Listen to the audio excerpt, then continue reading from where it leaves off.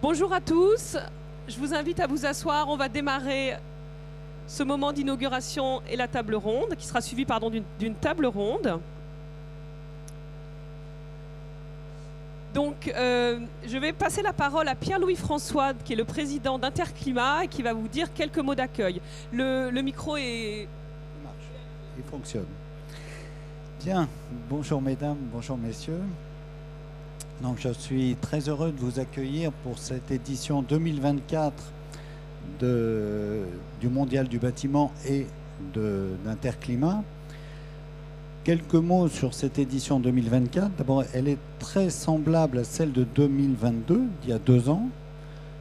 On a reproduit une formule qui nous paraît avoir bien fonctionné il y a 2 ans, à savoir, d'une part, revenir à la porte de Versailles par rapport à la situation antérieure à Villepinte.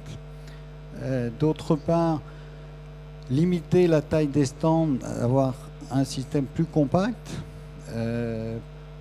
Concrètement, les stands ont été ramenés à 90 mètres carrés, ce qui nous permet cette année d'accueillir plus d'exposants qu'en 2022. Le nombre d'exposants, je parle sous le contrôle de RX, a augmenté de 15% en 2024 par rapport à 2022. Et enfin, on a poursuivi la formule sur 4 jours, du lundi au jeudi. Bon, précédemment, ça avait été sur 5 jours, voire 5 jours et demi. Et on l'a optimisé il y a déjà 2 ans sur 4 jours, en démarrant du lundi et en terminant le jeudi soir. Donc une grande stabilité par rapport à il y a 2 ans. Alors stabilité, ça ne veut pas dire immobilisme, puisqu'on avait fait évoluer les choses très fortement en passant de Villepinte à la porte de Versailles notamment. Mais quand une formule fonctionne, c'est ça dans le bâtiment, en tout cas c'est ça qui nous inspire. On en parle souvent avec les pouvoirs publics. Il vaut mieux de la stabilité que du changement pour le changement. Donc on s'applique à nous-mêmes ce que souvent on demande aux pouvoirs publics, c'est qu'on préfère reproduire une formule qui marche que vouloir à toute force changer pour changer.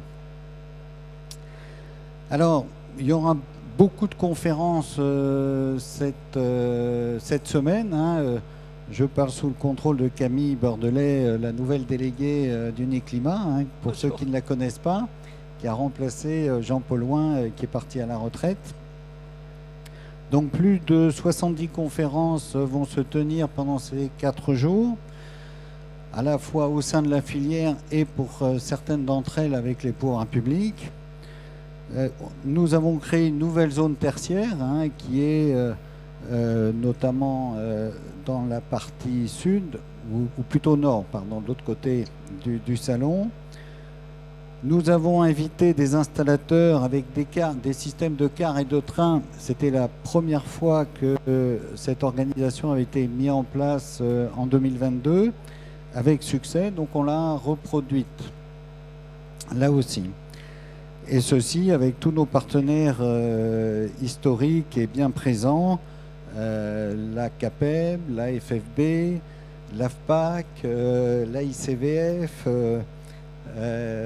la FIEC, qui j'oublie, le SINASAV, l'AFF, etc., etc. Et pour la première fois, on accueille également le SNEFCA et l'AFPG, qui est l'Association française des professionnels de la géothermie. Donc voilà ce que vont être le menu de ces 4 jours, qui, me semble-t-il, enfin chacun peut le percevoir, s'annonce, malgré la conjoncture, un succès. J'ai l'impression qu'il y a beaucoup de monde dans les travées. Je ne sais pas si c'est votre ressenti, mais ça se présente bien. Donc il y a de fortes chances qu'on reproduise de nouveau ce schéma dans 2 ans, avec le souci peut-être de l'améliorer. Donc je crois pouvoir dire au nom de RX qu'on devrait toujours avoir la possibilité de rester à la porte de Versailles, ce qui est un choix positif, en tout cas on l'estime. Peut-être avec des surfaces supplémentaires qui nous permettront d'accueillir plus d'exposants encore, parce que vous savez, il y a eu beaucoup de travaux ici à la porte de Versailles. ça tombera bien si en plus la conjoncture économique nous permet d'être voilà, encore plus positif sur ce genre d'événement. Donc voilà.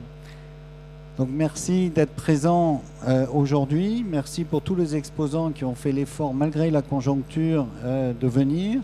Et à bientôt pour les tables rondes, les échanges et pour dans 2 ans. Merci. Alors maintenant, j'invite les acteurs qui représentent donc, nos partenaires de la filière à venir nous rejoindre sur scène pour qu'on coupe ce fameux ruban d'inauguration.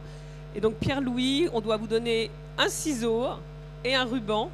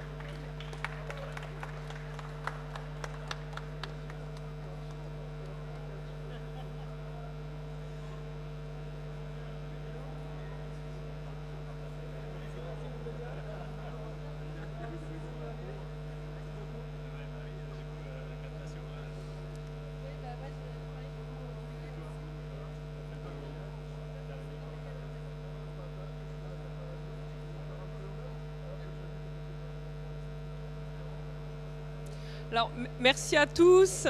Je vous invite à reprendre vos places. On va démarrer donc la table ronde avec nos 3 invités.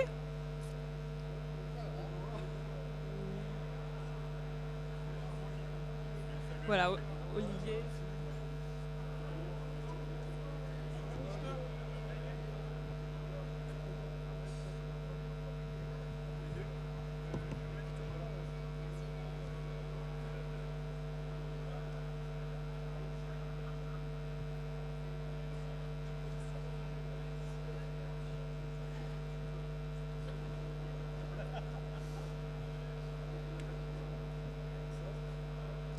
Y a rien on n'y touche pas.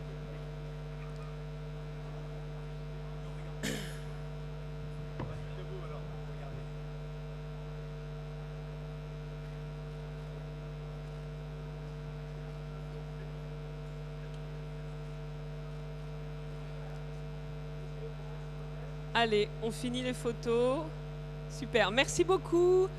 Bienvenue à vous tous et je suis très heureuse d'accueillir donc pour cette table ronde sur les enjeux du marché de la rénovation énergétique dans le bâtiment.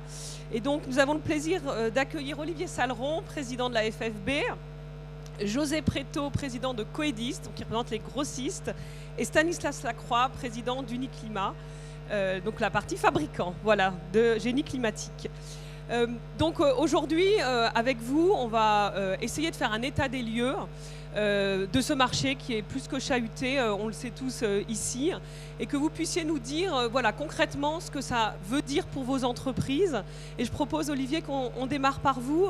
Le marché est chahuté, on a un nouveau gouvernement, donc c'est le moment aussi de faire le point avec les politiques, mais très concrètement, comment est-ce que vous vivez cette crise avec les entreprises de la FFB et voilà, donnez-nous peut-être quelques éléments de compréhension. Bien sûr, bonjour à toutes et à tous. Donc je suis Olivier Saleron, je suis plombier chauffagiste en Périgord aussi. Donc bon, ça tombe bien. C'est peut-être pour ça d'ailleurs que je suis invité aujourd'hui. Donc voilà, je vais recentrer mon discours sur ce qui nous intéresse à nous et tous les professionnels qui sont dans la salle, à la fois constructeurs mais aussi fabricants de matériaux et matériels. Oui, l'économie du bâtiment est chahutée après 3 ans d'une reprise-relance post-Covid et malgré tout ce que l'on a connu comme hausse des matériaux et de l'énergie et de l'inflation de tout le reste, dont les salaires, auraient pu être, j'allais dire, catastrophiques et mortifères pour l'ensemble de nos entreprises.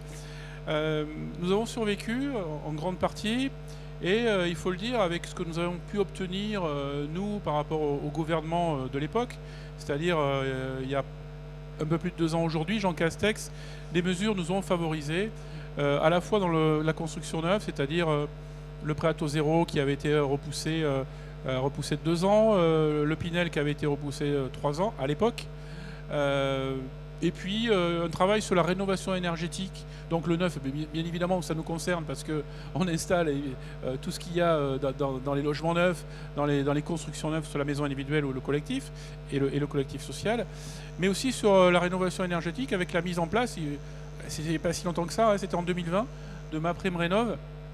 Et on avait pu le développer sur les copropriétés, sur l'ensemble des foyers fiscaux, parce que, rappelez-vous, l'année d'avant, les foyers fiscaux les plus aisés avaient été enlevés de ce dispositif-là. Donc, bon an, mal an, ces 3-4 dernières années, malgré le Covid et tout ça, on a réussi à survivre.